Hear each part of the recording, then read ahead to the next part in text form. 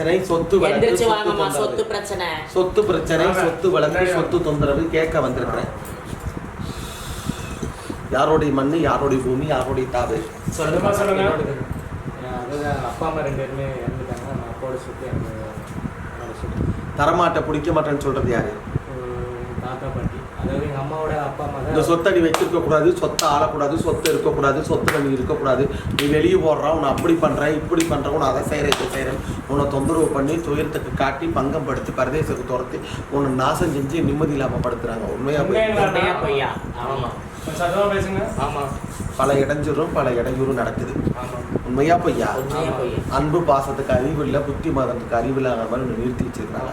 இந்த சொத்து யாருக்கு போகும், எங்கே போகும், ஏன் இப்படி பண்ணணும், ஏன் இப்படி செய்யக்கூடாதுன்னு நினைக்கணும். ஆனால் அவங்க அப்படி நினைக்கல. உன்னையே வச்சுக்கிட்டு, உனக்குள்ளேயே பேசிக்கிட்டு, உனக்குள்ளேயே ஆட்டம் போட்டுக்கிட்டு, உனக்குள்ளேயே நின்றுக்கிட்டு, உன்னையே தொந்தரவு பண்ணி, உன்னையே துயரத்தை காலாக்கி, உன்னையே நாசப்படுத்துறாங்க. சொத்தை விற்கிறேன், சொத்தை பிடிக்கிறேன், பார்க்குறேன், பண்ணுறேன், எட்ரூவா அவனை பல்ல உடைக்கிறேங்கிறாங்க. உண்மையாப்பா? ஆமா.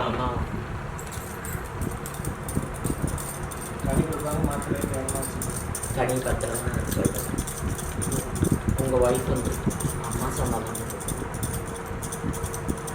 முதல்ல அந்த சொத்துல கொண்டு போய் இந்த கனியை போத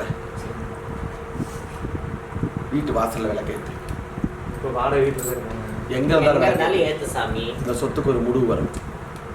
புறப்பட்டு பார்த்துக்கிறேன்.